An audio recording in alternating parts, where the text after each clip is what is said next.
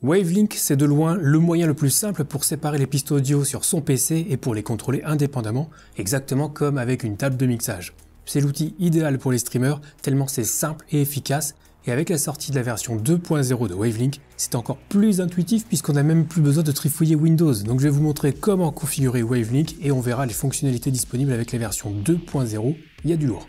Cette vidéo est sponsorisée par Elgato, mais ça tombe bien parce que mon ancien tutoriel pour Wavelink avait besoin d'un petit coup de neuf. Donc avant tout, il faut savoir que Wavelink peut être utilisé évidemment avec les micros Elgato, mais aussi avec l'interface Wave XLR et le dock XLR pour le Stream Deck Plus. Si vous avez un Stream Deck Plus, vous pouvez même utiliser n'importe quel micro USB et débloquer Wavelink. Cela dit, certaines des fonctionnalités de la version 2.0 ne sont pour l'instant pas encore disponibles dans ce dernier cas de figure, mais Wavelink restera dispo et c'est déjà énorme. Donc déjà, on va télécharger et installer Wavelink. Alors pour sa direction, la page de téléchargement du site Elgato. Vous pouvez trier les applis par catégorie, par exemple audio, et vous pourrez télécharger Wavelink. Ensuite, il n'y aura plus qu'à lancer le programme d'installation. C'est vraiment la procédure classique, tout se fait tout seul. Il faudra juste bien débrancher le périphérique qui utilisera Wavelink, donc soit votre micro, soit votre Wave XLR. Et une fois tout ça terminé, il faudra redémarrer le PC et on pourra lancer l'appli Wavelink pour la configurer. Alors l'interface de Wavelink est très simple, très intuitive. On a une partie principale qui est réservée aux pistes audio qu'on souhaite contrôler. Il suffira de cliquer sur le bouton plus dans une colonne vierge et on aura le choix de la piste à ajouter. Exemple ici avec mon micro que j'ai branché sur le dock XLR du Stream Deck Plus. Si je sélectionne, la piste sera ajoutée et si je commence à parler, vous voyez que les barres de volume vont bouger. Chaque piste présente deux curseurs, un pour le monitoring et un pour le mixage du streaming. Si je veux écouter mon retour micro dans le casque, il suffira d'activer le monitoring via l'icône de casque. Je pourrai alors contrôler le volume du retour. Et même chose pour le stream. Si je veux envoyer mon micro en stream ou non, je peux cliquer sur l'icône correspondante et régler le volume avec le curseur. Je peux même lier les deux curseurs au besoin, c'est possible. Mais en gros, c'est avec ces simples icônes qu'on va définir les sons qui vont aller dans le casque et ceux qui vont aller sur le stream. On pourra par ailleurs mettre le micro en sourdine au niveau global avec le gros bouton au-dessus des curseurs, ça coupera littéralement le micro partout. Ensuite sur l'interface on trouve un petit menu en haut à droite avec un bouton qui va renvoyer vers le marketplace Elgato, ça on en reparlera un petit peu plus tard.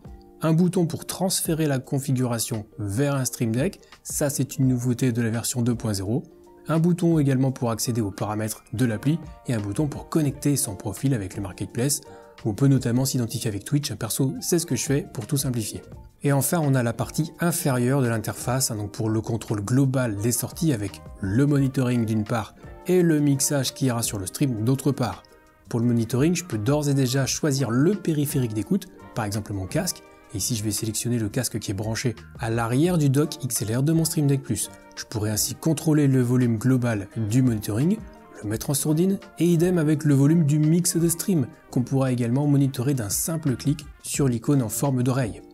Alors pour configurer Wavelink, il suffit donc d'ajouter toutes les pistes audio qu'on veut contrôler, que ce soit un jeu, le navigateur, Discord, Spotify, et on a déjà vu comment faire avec le micro. Donc il suffit de répéter l'opération avec les applis dont on veut capturer l'audio. Par exemple, si je veux ajouter une piste pour le son du jeu, une fois que le jeu est lancé, je vais cliquer sur le plus dans la colonne vierge et choisir Game. Ensuite, je vais cliquer sur le petit plus pour ajouter une application et tout simplement choisir le jeu.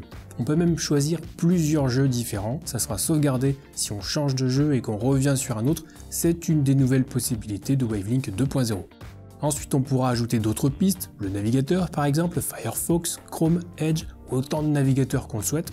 La musique également avec Spotify ou toute autre application de musique, voire VLC Player, et notez que vous pouvez aussi utiliser un navigateur pour y jouer une playlist YouTube par exemple. On peut aussi ajouter une appli de communication comme Discord, qui est plus courant et qui fonctionne très bien. Notez qu'il y aura peut-être des démarches supplémentaires avec certaines applis comme Teams ou Zoom, il faudra alors vérifier dans les paramètres utilisateurs les périphériques d'entrée et de sortie. Et on pourra ajouter comme ça au total jusqu'à 9 pistes audio. On peut également les renommer très simplement en cliquant sur la flèche qui va vers le bas à côté de leur nom. Et notez qu'en faisant ça, grosse nouveauté aussi de Wavelink 2.0, les entrées seront également renommées dans Windows. C'est quand même pratique quand on farfouille dans les paramètres de son. Et ça sera également le cas dans OBS Studio, qui reprend le nom des entrées de Windows. Et enfin, dernier point, on peut organiser les pistes dans l'ordre qu'on veut avec un simple glisser-déposer, c'est super intuitif. Un petit point particulier pour les streamers si vous voulez le retour de vos alertes de stream. A priori, vous les avez ajoutées avec une source navigateur dans OBS. Eh bien, vous pouvez l'ajouter aussi sur Wavelink. Il faudra juste trouver l'entrée OBS Browser Page. Alors si vous avez beaucoup de sources navigateurs, ça sera peut-être un petit peu sportif, mais sachez que voilà, c'est tout de même possible de contrôler le volume des alertes de stream avec Wavelink. Et on va profiter pour bien configurer le micro maintenant, donc je passe sur les conseils expliquant comment bien utiliser son micro avec tout ce qui est sens, type, placement, vous pouvez retrouver tout ça dans la vidéo dédiée qui apparaît dans une fiche quelque part ici, et vous trouverez aussi le lien dans la description. Je vous invite vraiment à la regarder, parce que bien utiliser son micro permet généralement d'avoir un meilleur rendu de base. Mais alors pour nous, grâce à Wavelink, on a quelques options basiques pour le micro, et pour y accéder, on va cliquer sur la flèche à côté du nom de l'entrée micro. Donc, selon votre matériel, vous aurez peut-être des paramètres différents des miens. Moi, comme j'utilise le dock XLR du Stream Deck Plus, je peux choisir entre un type de micro dynamique ou à condensateur, avec possibilité d'activer l'alimentation fantôme, mais ce qui nous intéresse surtout, c'est le volet amélioration audio. Donc déjà, on y trouve un filtre coupe-bas, c'est pour supprimer les très basses fréquences, c'est pas mal pour limiter les bourdonnements ou les bruits vraiment sourds comme les vibrations du bureau. De base, c'est réglé sur 80 Hz et c'est plutôt pas mal, on peut laisser comme ça. Ensuite, on a le Clip Guard, qui est une sorte de limiteur qui permet d'éviter que le micro ne sature, éviter les distorsions. Je conseille de l'activer. Et on a une option pour verrouiller le gain du micro Wave, c'est pour éviter que certaines applis ne modifient elles-mêmes le volume du micro. Comme ça, vous êtes sûr de toujours garder la main dessus. Donc à vous de voir si vous voulez l'activer. Mais ce n'est pas tout. On peut encore améliorer le micro, notamment grâce à l'ajout de VST, mais également de Voice Focus, qui est une des nouveautés aussi de la version 2.0.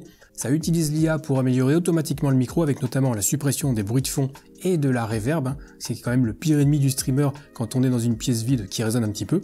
Et pour avoir testé, c'est vraiment ultra efficace. Ça ne nécessite pas de matériel particulier et ça consomme quasiment rien en termes de ressources. Donc une option à considérer très sérieusement si vous êtes dans un environnement un petit peu bruyant ou mal isolé.